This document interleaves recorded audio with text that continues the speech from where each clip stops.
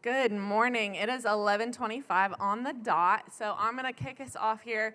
My name is Macy Igo with Modern Litho. We're one of the sponsors of AMS this year, and in fact, we've been sponsors of the event for over 15 years. We've been attending for, exhibiting for over 20 years, and from what we can tell, we were at either the first or the second AMS and have been back every year. So we're a big fan of the event, super proud to be a part of the sponsor list, and I have been at AMS for, I think, 5 years now.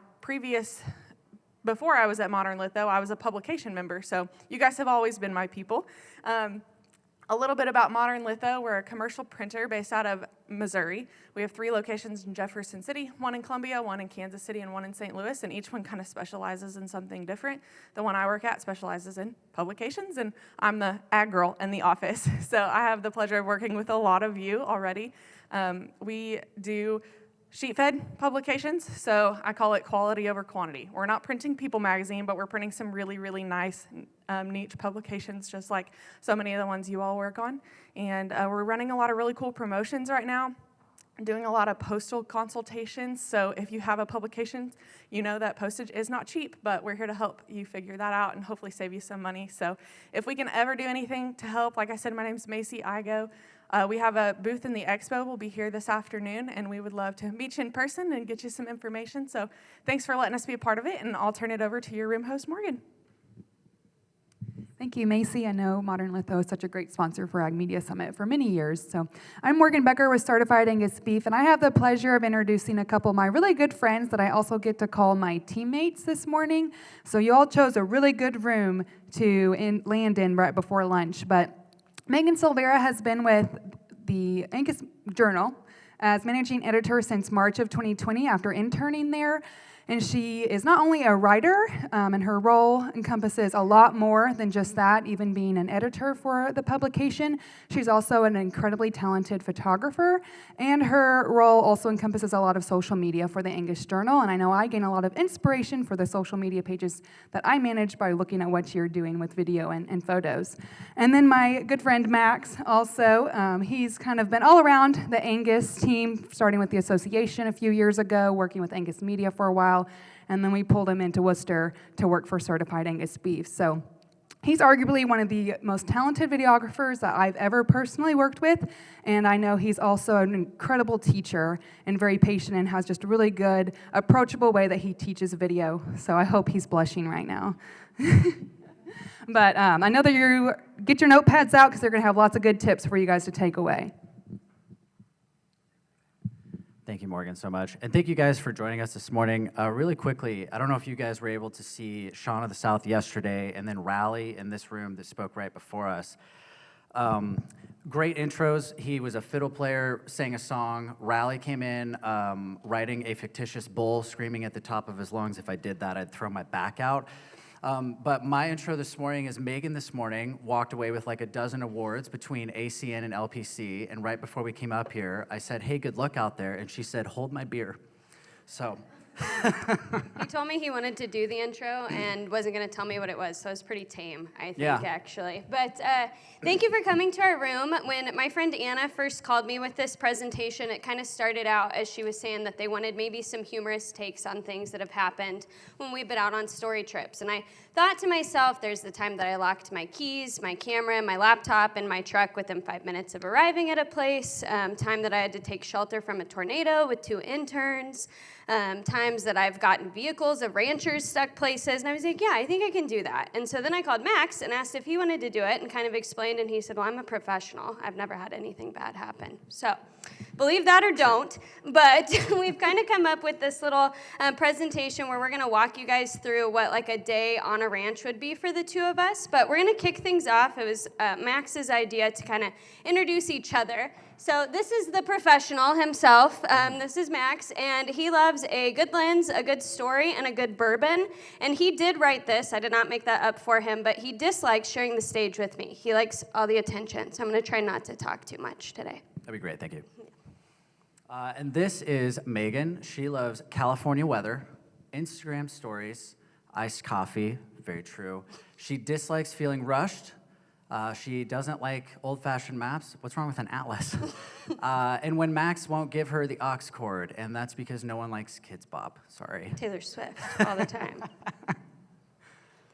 So we're going to kind of start by just explaining how Max and I would even be in contact with each other for a work trip, right? Like, what's the assignment? And for me, as the managing editor at the Angus Journal, it would usually start kind of with a brainstorming meeting where we come up with all these story ideas and topics, but I'm going to get this story assignment. And we know that we're going to go to XYZ Angus Ranch. We do a little bit of research. We find out they're a fourth-generation Angus ranch located in Nebraska. They're kind of celebrated for their whole family's involvement in the business, and they focus on raising quality cattle and land stewardship, okay? So we kind of come up with this loose goal. I'm going to visit them for an afternoon, conduct an interview, obviously get some images, and plan to write for the magazine. But we decided it's such a great story that we really want to do some of these interviews on video. So we can put together this feature video, share those on social, just kind of gain more traction, and hopefully push more people to read the magazine story. So then I reach out to Max. I kind of tell him my plan, introduce him to XYZ Angus, and we come up with this list of deliverables. I know that I want to write about an 1,800-word article. I'm guessing it's probably going to be a two-page, two-spread, so I know that I'm going to need pictures to fill that. And then I'm going to kind of lean on Max to ask him what he thinks would be good video-wise.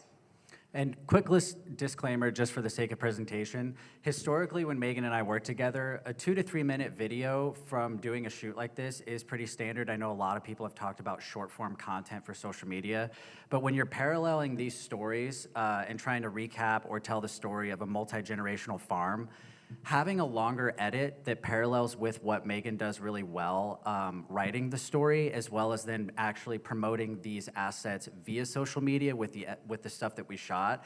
Typically, we walk away with something that's longer than roughly 90 seconds to 3 minutes. So now that we've got our goals, Max and I kind of get ready, right? We each have our own list of things we're going to do to prep, and then we're going to kind of walk you through what we pack so you guys can kind of get an idea of like what an equipment setup might be like. So for me, as a writer and a photographer, I'm really going to focus, I call it like some light internet stalking, Facebook, the ranch's website, just kind of looking up maybe an idea of different story angles I can take, get a good grasp on like family members that are involved, see some action shots probably to kind of get my wheels turning for what I might want to do photo-wise. I do have a little bullet on there too, call the RM. At the association we have regional managers, 13 of them scattered throughout the country. Sometimes I'll give them a call and just kind of ask. It really kind of helps me not only learn more about the place I'm going, but candidly sometimes helps me from putting my foot in my mouth. We all know life kind of can make different stories a little bit messy. You don't know who with what family is involved, if there's a situation going on that I should be aware of, that I just don't ask a question that might make someone uncomfortable. So that kind of helps prep me just to be a little more compassionate of anything that might be going on in this family's life before I go out there too. I do like to write a list of questions before I go out for interviews. This is mostly to help my scattered brain keep on track, right? I want to know exactly what for the angle I need to ask. That list is never going to stay the same. I probably won't even keep it in order when I get there, but it's a good checklist to make sure I know that I'm getting at least the basic questions asked that I need to get my story wrote or to share something on social media. Similar kind of concept for me as well. I actually enjoy, from a visual component, I use a couple of resources, newspapers.com and sometimes even ancestry.com, to actually research the family name of where we're gonna go. I think that it's a really interesting moment when you sit down to conduct an interview and you have a question for them that they probably would not have ever mentioned. An example of that would be a trip that I did out to Utah last year. There was an article published in a newspaper in like 1955 where they talked about winning the water rights back from a corporation so that they could actually keep their land. Bringing that type of information to them, it kind of shows them that you are taking them seriously. This story matters to me. Core values is a big one. I think that honestly, in a video edit, who you are, what you do, and why you do it, those three things can communicate in a very short amount of time the core values of kind of how they live their life and how they go about their daily activities and how they run their business. Vital angles as well, same with photography, just trying to find interesting things. RMs as well, phone a friend, everybody knows somebody in the cattle business. So trying to just get a little bit of insight on who they are and kind of how they operate beforehand is always important. So for our actual packing list, I can fully admit that, like, equipment-wise, I'm gonna look like I don't carry quite as much as Max. Just know if we ever have to pack like a suitcase, I make up for it. Mine will usually be like as tall as I am, and he is like a very small little one. So we balance each other out pretty well. But this is my general setup that I take for photography. I have a Canon R6. That's actually a 70 to 400 millimeter, not a 70 to 200. It's pretty hefty, but it's kind of helped sometimes when something's really far away. I have to prop it up on something usually, so I'm not shaking the whole time. But it's been pretty cool. I take a 50 millimeter as well. And then the rest of this is pretty basic. I do always carry microphones just in case. You'll see Max usually has it more than covered, but if I ever have to do video work on my own, those are in there. Got headphones, SD cards, batteries, charger. The Angus Journal started using a miniature microphone for some kind of like live-time news coverage during the National Junior Angus Show just a few weeks ago. So now this is permanent residence in the bag as well. But kind of the thing that really helps me no matter what is my purse, which is about the same size that I am. But this kind of has the more writing side of things that I need. I do prefer to take notes and record audio on my laptop because I type faster than I can handwrite, and honestly, it's easier to read the typed text than whatever like scrawl I take in the moment. So I always have my laptop and a charger. I do keep a phone charger in there as well because I use my phone a lot, and we'll talk about that a little bit when we actually like get out to the ranch itself. But other things, little odds and ends. I do always have a notebook, pens, there's sunglasses, a spare SD card. I have like a whole mom kit in there, so if we ever need like Band-Aids or a Tide pen, like that's it too. So I gotta keep Max on track. Tide pens are important. Yeah. Yep. So Also that day, we have the same bag. We got matching bags. We did. I did not take a photo of mine, I'm sorry. disappointment. Quick overview of Max's bag. At the top of the picture there, I forget the exact number, but that is a massive pelican case that's probably about 14 inches deep by over 3.5 feet tall. On average, when I take this sucker to the airport, it weighs north of 80 pounds. I just had to pick video for a profession. I might go back and do photo. This is just a quick overview of a very basic pack for what I would go with. Our main camera for this, the Angus entities were pretty thick in the Canon ecosystem, so the main body for video will be that Canon C80, which is a great camera. It came out earlier this year. The R5 will be the Cam B on this for a tighter angle interview shot. Alternatively, I also snap photos from occasion as well. And then you gotta have the drone. I find nowadays that I don't use it as much as I probably should because I bought it, but farmers really love to fly that thing, so if anything, you could entertain them and the kids for a while. So lenses, again, we're kind of sticking with the photo lenses, 24-70, 70 to 200. The 24 to 105, in my opinion, is one of the best lenses ever made, so I take that with me on every single trip. And then I try to pack, if I can, at least 1 or 2 specialty lenses. Specialty lenses would be more video-centric lenses that are manual focus with a manual iris ring. They're harder to operate if you don't have help, but the characteristics, the flares, the bokeh, the things that you can get out of those lenses are kind of what separates you from that photographer. It gives you have the ability to tell a different story with a different lens. Diopters, in case you need to, diopters, if nobody knows, those are little magnifying glass filters that go on the front of your lens that can kind of turn your lens into a macro lens instead of actually purchasing one of those lenses. And then variable ND filters. This is a really important one for anyone that's getting into video. I highly recommend you get variable ND filters. A lot of people that go out, they tend to just adjust that shutter speed over and over and over to try to compensate for the amount of light hitting that sensor. When you do that, that motion blur in your image, it separates someone that kind of knows what they're doing versus not, and I mean that in a respectful way, but your shutter speed should always be double your frame rate. So if you're shooting an interview at 24 FPS, your shutter speed needs to be 1/50 or 60, right? If you don't do that, you just get this kind of like almost robotic looking image. So variable ND filters, please look into those. Those are awesome. As far as the lights, my main key light, it's a 300 watt, and then for the kicker, for a hair light, I take this adorable little baby 60-watt light. I'll talk more about that here in a second.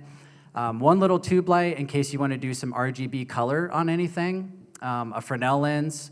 Softbox, that softbox at the bottom left, that's a 36-inch just octabox. I've had that thing for almost 8 years now, and it cost me like $50. They are the world of difference between harsh and soft light on people for interviews. Then you got your large light stand, a small light stand, and then other miscellaneous things that kind of complete the rig, microphones, batteries, a gimbal, things like that. It all kind of fits, for the most part, in that Pelican case, and my back will hate me for it someday. Really quickly, I know people ask about gear from kind of like a budgetary standpoint. These are a few items that are kind of game changers in my opinion. They all can kind of communicate with your cell phone in some way, so you can control them with Bluetooth for these two lights. This is a Nanlite 300 FC. This is a really affordable light. It is plastic, so it's not very durable. But if you want a great key light that you can travel with, this thing is only like maybe $250. Most of your 300-watt lights, like Aperture or higher end, they're gonna be north of 1,000 for sure. So I would definitely take a look at one of these. Pretty lightweight to travel with. That small rig tripod, that's a carbon fiber tripod. I just convinced Megan recently to buy one of these. They're very lightweight. They're not very robust. I wouldn't take them maybe out in water or a dusty environment. But for setting up for interviews and some pretty basic B-roll requirements, this tripod for what the cost is great. This is that little 60-watt hair light that I just bought recently. It is adorable. It's like the size of your cell phone. I love it. And then a baby tripod for like a B camera. Instead of taking an entire another tripod, if you are doing a second shot for an interview, just pop your camera on that guy and set it on a table, and you're good to go. It works, it's efficient, and it's really lightweight. So that was kind of our prep and packing, and now Max and I are on the road. I've made him stop for iced coffee. We've argued about music, but we have just arrived at the producer's operation, and this is kind of like the loose schedule that he and I have come up with that we know kind of works for us if we're just spending an evening at this one operation. And I would like to say, usually Max and I are both pretty happy. We like to set up an evening and then a morning because that gives us some more flex room. We can do sunrise and sunset shots, but for the sake of this presentation, let's say the producer only had this afternoon. So we're kind of cramming a lot in there, but we can get a lot done with it. So we're setting up and arriving at the operation at about 1 o'clock, and I think Max said loosely, you saw all the things he had. We need to do a lot for about an hour of just kind of setup, just to make sure that we can kind of take a look around, get our equipment ready, make sure we like what we're doing and where we're at. So at about 2 o'clock, we'll kind of go on a tour of the operation. This is kind of where I think you learn to work with the producer. I've had two very different ends of the spectrum. Some of these cattlemen are like, there's the pasture, here's the keys, go, and I'll see you when you're done. Other people are very specific, and they're like, this is a very special rock to my family, and we love this tree and this fence post, and they'll just show you every single detail. So you kind of learn to go with the flow, and for me as a writer, this is when I usually get to kind of do some of my interview process, because you can ask those on-the-spot questions, and I always take notes, and we'll talk about that a little bit more. But we'll say roughly from 2 to 3:30, we'll be on this tour of the operation. And again, this is where I'm getting pictures, Max is doing some B-roll, we're kind of chit-chatting, developing that rapport before we come back at 3:30 and we sit down to do video interviews for about an hour. Our goal is to be done with the producer at about 5 p.m. But again, if they are comfortable, we'd like that freedom to kind of enjoy that golden hour to be out getting some sunset shots. And I'll be taking pictures, Max will be getting that B-roll, and anything else he might need as we're wrapping up. All right, really quickly, I begged Megan if I could break down how I go about finding an interview location. I'm gonna get a little bit technical here, but I'll try to be quick about it. I know a lot of people have talked about just using your phone, using the little lav mics that just clip right on there. I think that honestly, when I go on trips, people deserve to be I want their interview, I want their footage to look really good, right? I know that people say that might be overproduced, but for working with someone like Megan, trying to make all these assets look consistent, I like to take time to do it right, and I think in the end it works out. So this was, I showed up at a farm. This was the shot, this was the scene that I had picked for the interview. A couple of just tidbits about it. If you're shooting into corners, that's usually a safe bet. The only person that successfully films flat up against a wall is Wes Anderson. No one in this room is Wes Anderson, so always shoot into the corner. It just gives your image a little bit more depth.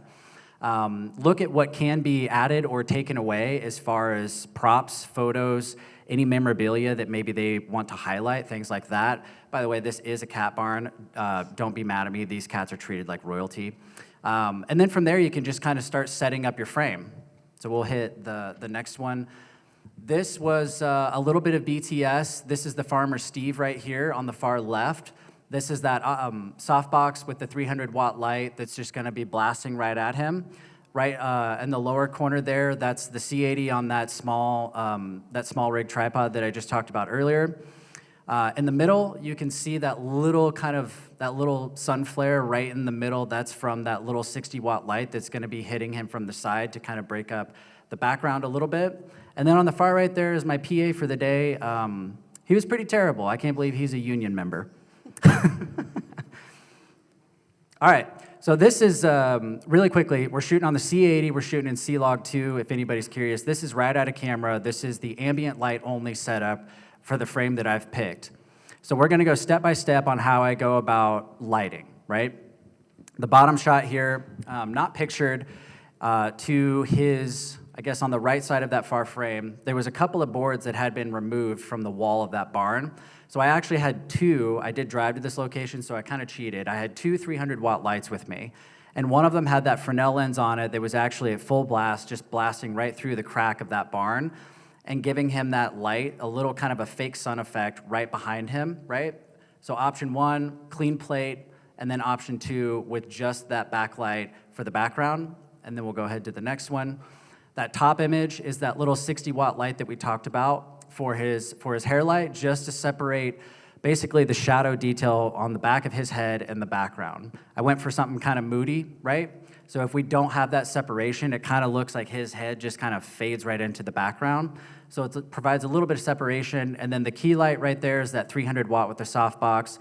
I want to say it was maybe like 2.5, 3 feet from him. We were filming in the middle of the day, so you kind of got to get it right up on him. But I think this is a nice looking interview. It honors a lot of things that other presenters have talked about with the rule of thirds and using the frame to, kind of using the frame with negative space, rule of thirds, etc. I also, just quick note, I did shoot this on an anamorphic lens, so that is widescreen, that is baked in. So this is not shot on a spherical lens, this is an anamorphic lens, so that is why it's a bit of a wider image. Really quickly, again, not to get too nerdy, this is the very first clip with the final product. This is a waveform that's pulled straight from DaVinci, where I edited this. The waveform on the top, if you can notice, the reason that I think that artificial light is really important doing interviews and photography is because we don't want anything peaking, right? The highlights are not clipped, the shadows are not clipped. We have enough ambient in the room that we can then shape the light on the subject the way that we want it. It's a very simplistic setup. It's kind of honoring that classic Rembrandt lighting setup, so this is what we went with. This is just another quick example of this in practice. The two images on the left here, that's that same light that I travel with the same hair light. This was just right inside of a barn, again, shooting into the corner. This is such a simple setup, but I know, again, people will probably say this looks too polished, but sometimes if you guys kind of think about the image on the right over there, that was a shot from a shoot that I did down in Florida where I was the DP for, and this is applicable to photo and video. Sometimes when you guys work with big brands, they want you to know this stuff. They expect you to know this stuff, right? So when you walk on set with 20 people, you've got producers and a director and everything, they need you to understand these fundamental things so that you can get them an image that's worthy of being broadcasted, right?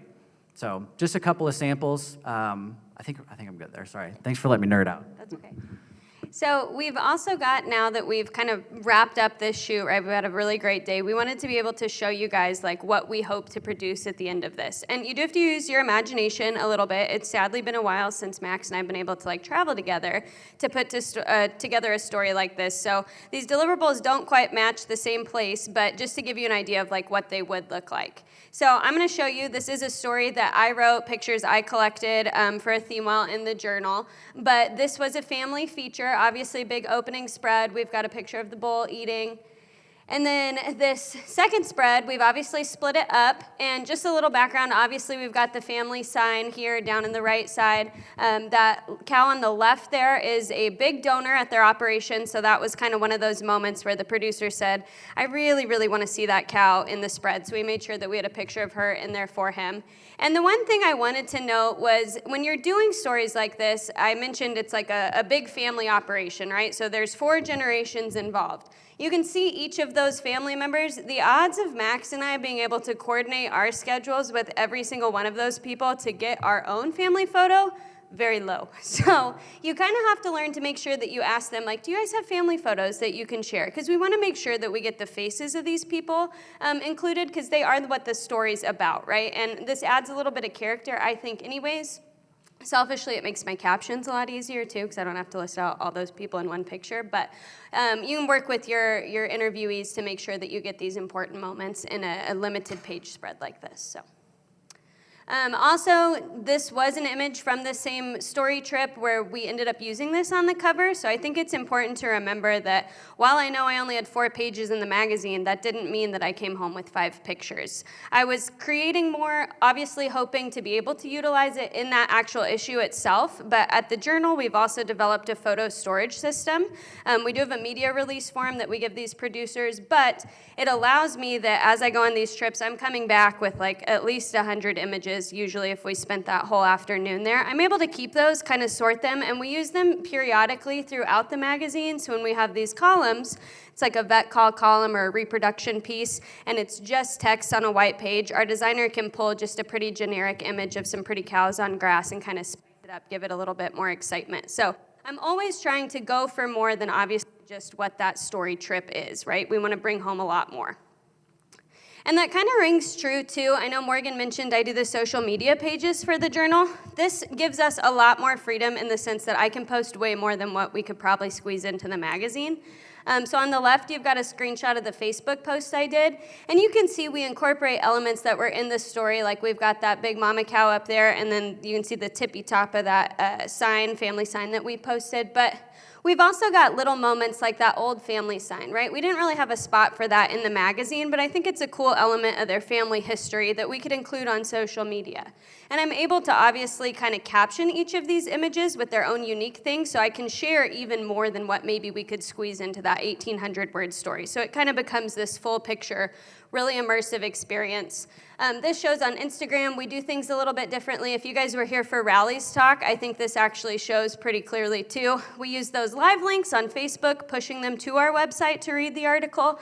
Instagram, that's not really helpful because they can't click it or copy it, so it's just more annoying than anything. I don't know if this one has it, but usually when I do something like this, I'll say you can click the link in our bio and then find the story under this title. But it gives us the opportunity to share more pictures and just kind of complete that story. Really quickly, a quick disclaimer. So this was a really short edit that I put together after we shot the interview with Steve the farmer. You guys are going to notice there's some harvest footage in here. That is just pure coincidence and convenience that I had footage of them doing that last fall. So bear with me on the on the prompt, but everything, the interview and most of the footage was all kind of shot and edited in pretty much one day. So we can go ahead and kind of hit play on that. There are more stories out here than stalks of corn. It's a wild life to be a farmer. I'm Steve Bauer, 4th generation farmer right here in the heart of Ohio. I'm a father first, a farmer second. Anything outside of that, I guess I got lucky. What we provide are good, consistent quality crops that our end users enjoy, that is grown with stewardship to our land so that we still have a farm to work with down the road. The next generation, family, is at the forefront of every decision we make here. That's what makes it worth waking up, putting on the boots, doing the work day after day.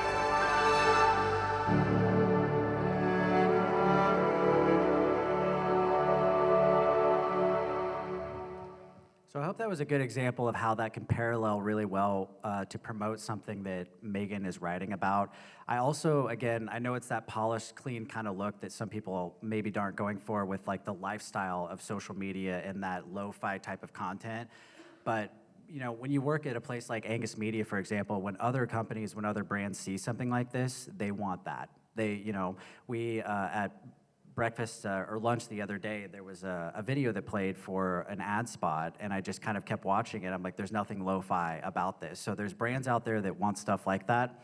And I also hope that you guys kind of heard those core values of who he is, what he strives to be, and why he does what he does.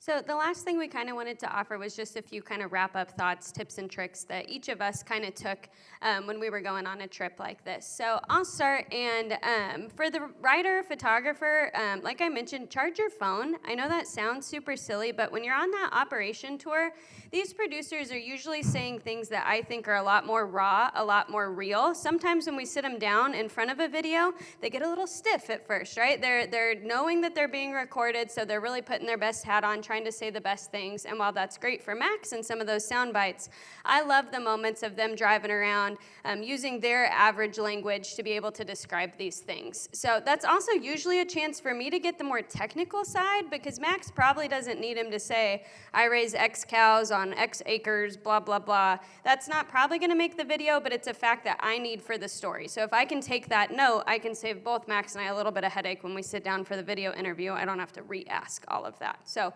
I'll both record on my phone and take notes in the Notes app. Usually I let them know so they don't think I'm just a little girl sitting there texting while they're trying to show me what they're doing. So I give them a heads up, but just remember that every moment of this trip is an opportunity to be collecting things for your story. And like I mentioned when I showed you guys that timeline, I think a big thing is to keep your plans flexible. Though Max and I go in with goals, usually that timeline does not ever stay quite true, and we don't want to ever rush this process, right? Kind of like Max said, we want these people to look good, but we want them to feel good too. We don't want this to be like, okay, come on now, hurry up, we got to go, we got to get out of here. We want them to feel like we've really taken the time to get to know them, to understand their story, and to share it how they tell us. Like I mentioned, consider every part of this trip an opportunity to gather content as a writer or a photographer. Not every picture needs to be like them posed smiling either. You can get these kind of raw moments. And on that note, as you have a videographer getting B-roll, I'm certainly not trying to like take a picture of everything that Max is trying to get B-roll of, right? I think it creates a really unique experience when we're both kind of even facing different directions. I see things over here. He sees things over this way for B-roll. I think it helps kind of add layers to the story if we're not showing the same thing both in a still shot and then in that B-roll. Plus, we also don't wind up in each other's assets, right? Like, you're in my photo, you're ruining it. Go over there. And then last thing, include your videographer in the interview process. That's kind of twofold for me. I've worked with Max long enough that I think we kind of know how each other works and kind of what he needs. So I know every video I start that I'm doing with him, I'm going to ask this person to say and spell their name. Let me know if we're at like a company place. What company do you work for? What's your title? If I need to spell that, just to save him the headache when he goes to edit and do lower thirds later. And then I also try to prep them to help. If I ask them what color the sky is, I don't just want them to say blue. I want them to be able to say the sky is blue, so that way all those answers Max has on video actually make sense and without the context of me asking the question.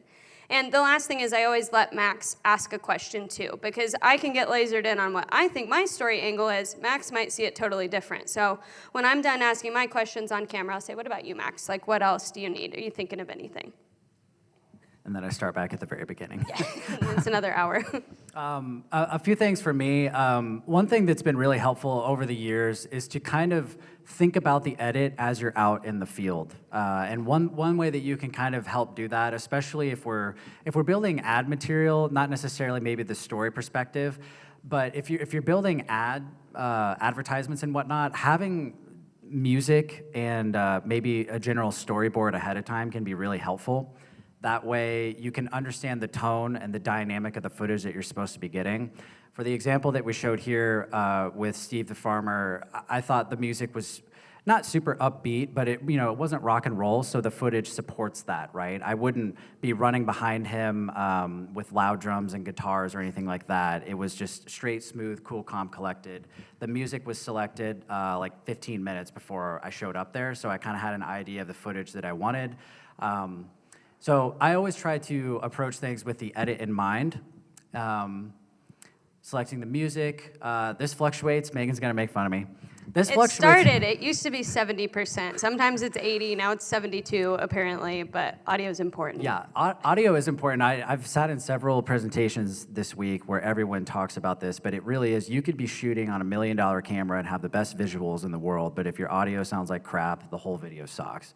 It takes the viewer immediately out of it because you can't hear them, or the audio is distorted, or the dialogue and the music is not balanced appropriately. Understanding the audio, it is more important than the visual component a lot of the time, right? Don't shy away from directing. Megan said, you don't have to push them along, but if there's a wholesome moment between family members, or like that opening shot where there's a nice silhouette moment, just have them stop and explain to them what you're trying to achieve, and they'll follow, and they will get that shot because they want to be put in the best light for their story, right? So feel free to direct them if that's, getting out of a truck on command or getting in a truck on command.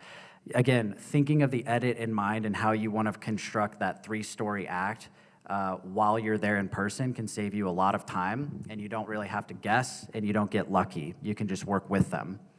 And obviously, just like Megan spoke to, including a teammate in this process, it really is key. You guys, I think that over time, like Megan and I have, you get to a certain point where you just trust each other, and I think that's the best way to work. I think that's about all we had for you guys, which I think is probably good with the time. But do y'all have any questions? You're just so good. No Launch. questions. Yeah.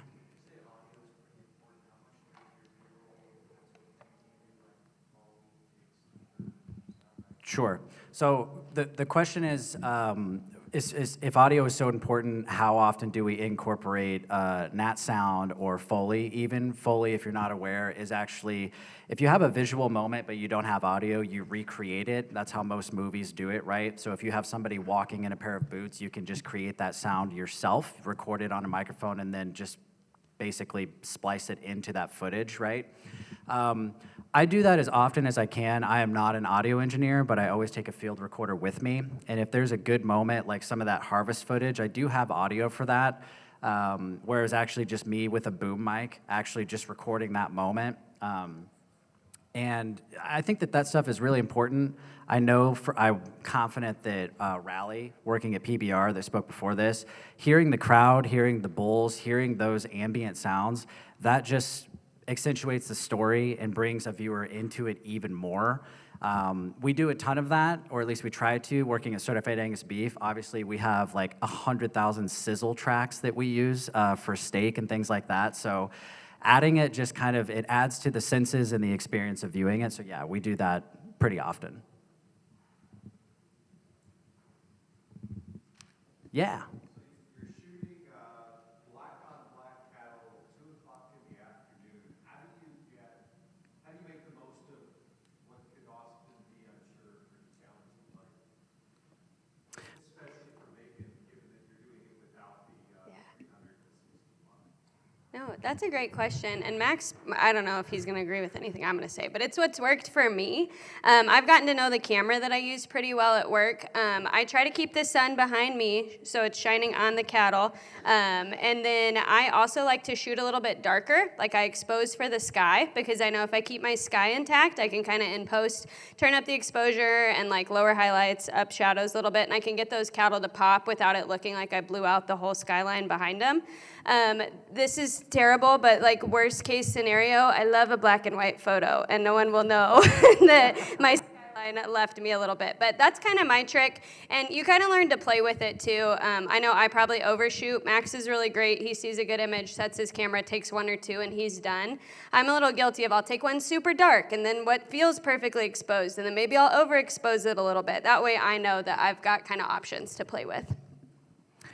I think really first and foremost, it comes down to understanding what your camera is capable of. I know a lot of people for like people portraits, they love that backlighting to put the sun behind them, but with black cows, I mean, I don't shy away from just flat lighting everything, just straight on. That way the image is pretty well balanced.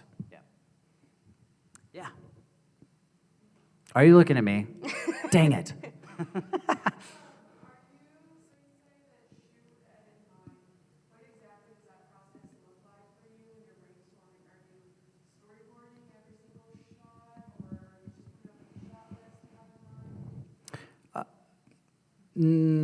For bigger productions, if I were a DP on a shoot where you're working with producers and the budget is high, you have to storyboard.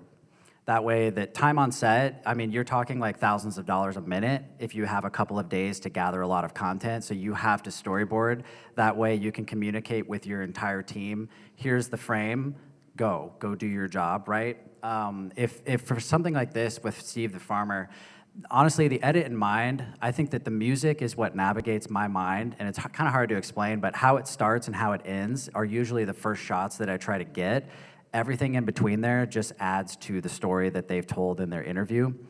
I just kind of imagine that pace and the tone that you're trying to capture, so I try to be very deliberate with if I'm shooting locked off on a tripod versus, you know what, we're gonna go rogue, we're going handheld, we're just gonna do this real quick. I think knowing how you want to present their story ahead of time is really important. Yeah.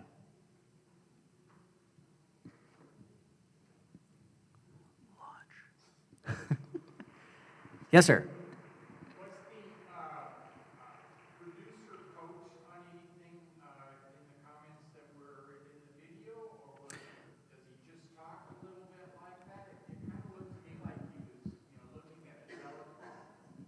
Well, there was no teleprompter, but good question. So per the prompt that we were given, I did talk to him before we hit record. So I gave him a bit of an overview, speaking with him off camera about those core values that I talked about, right? I think it's perfectly fine. If you have time to walk with them through it, you won't be able to capture like maybe the most authentic thing, but for an advert that's 60 seconds, we could film an interview for 5 hours and then walk away with not what we want. So working with him on that, hypothetically, is like a paid client. His time is money, just like mine, right? So I want him to understand, here's what we're going for, here are those core values. I want you to speak your mind consciously, and I'm just gonna kind of help you navigate those words a little bit. Thank you for picking up on it. You get a gold star. I will say too, I have a little bit more freedom in writing because I could paraphrase or I could, put in brackets to help clarify some things. But I know I've done before, if I get like this stellar quote that's on video, but it's missing like that key thing that kind of connects it. I know Max and I both have been like, that was a wonderful answer. Do you mind saying that again? But just making sure that you really kind of clarified this bit in it. So that way it's still natural and still them, but it's giving us the soundbite that Max actually needs to have like a complete video for. So. Yeah. That opening line, there's more stories out here than stalks of corn, that was all him. And that, like right away, that was one of the first things that he kind of introed that video with, and I was like, I don't think I really need to coach you. You can just coast, you do your thing, but yeah. Yeah.